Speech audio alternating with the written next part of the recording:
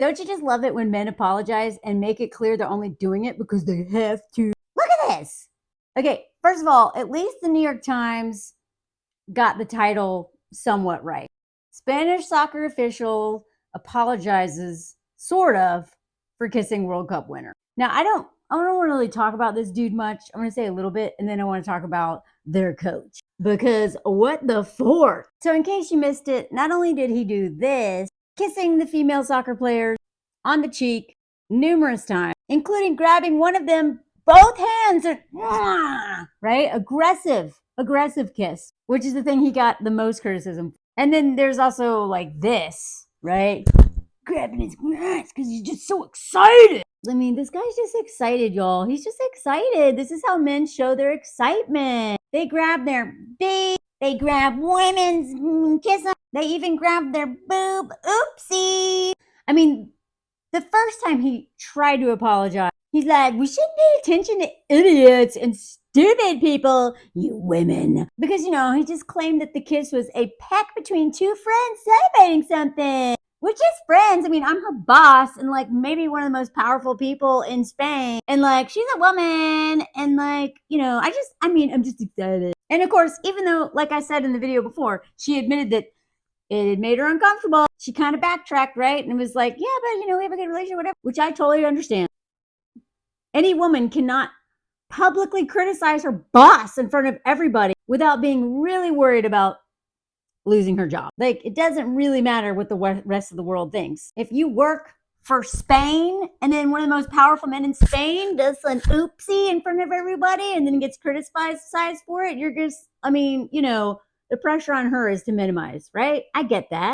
But then the pressure kept mounting, right? Everyone's like, right? As they should be. And a lot of Spanish people were like, yo, like, thank you for this comment. They're like, no. This is not okay. Okay. Even though it's Spain, like, our culture is different than, another culture. Like, this is not okay. It's not okay for us. So then the dude's like, okay, fine. He does a redo apology, especially after the Minister of Culture called for explanation from this dude, saying it's unacceptable to congratulate soccer players by kissing them on the lips. So then he's like, okay, well, there's no bad intention by either party. We saw it as natural.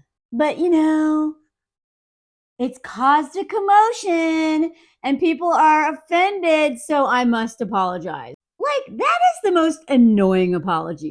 All these, hysterical women are, getting their panties in a wad. So, okay, I must apologize. I guess I gotta do this stupid thing. And I just, I love language like this. Probably I made a mistake. Probably. The way they minimize things to try to make us seem like crazy for being upset. Like, there is nothing more clear that this man does not want to apologize than being like, probably I made a mistake. Like all the stuff I just said, right? Now, if this guy didn't suck enough, his little BFF here, his little, bros before hoes guy right here, these two are just two peas in a pod, man. This guy sucks. And what sucks even more is that he, despite all the controversy for the stuff I'm about to tell you about, he won. He got a victory. He's made history by taking Spain to their first women's World Cup crown. So, any criticism that those players that were like, fork you, dude, we're not going to play for you. Now it's like, oh, great.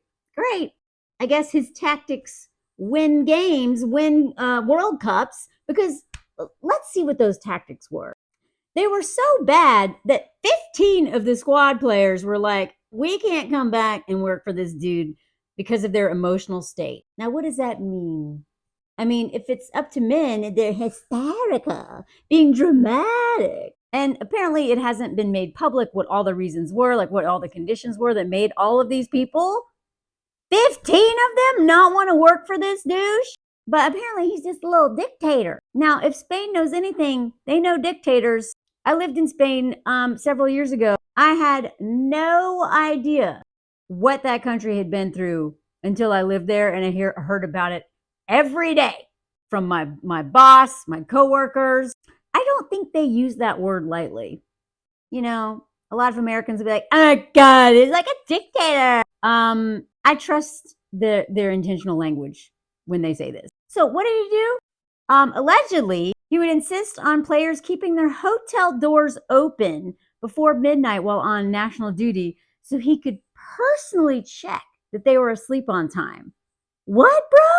And he also, there was claims from players that when they went out, he wanted to know where they were going, with whom, and what they were doing. Daddy wants to know. Daddy needs to know where you are at all times. Now, if you've been following my page for a while, you know I've done a whole series on women's sleep and how much so many of us, myself included, have so much trauma around sleep because of that's when men have done some of the worst things and we're just trying to sleep, right? Whether it's from our dads, our stepdads, another family member, a brother, or any of those men who just crawl into bed with us while we're trying to mind our business and get some snooze, whether that's a boyfriend or just a drunk dude at a party. Like, I have so much sleep trauma myself. At least a dozen men I can name like that who tried to do some crap to me in my sleep. But the number is way bigger than that. I just don't want to go into it because it's about Spain. Now, when I did those videos, they blew up and the comments were full of all these women who have trauma around sleep, whether it's stuff men do to them in their sleep or sleep deprivation because of an abusive partner, or men taking years off of their life from snoring and not dealing with it, or, you know, having PTSD and literally like physically harming women while the men are asleep because they haven't dealt with their PTSD, especially if they're like war vets. Okay. So many women have so much trauma around sleep.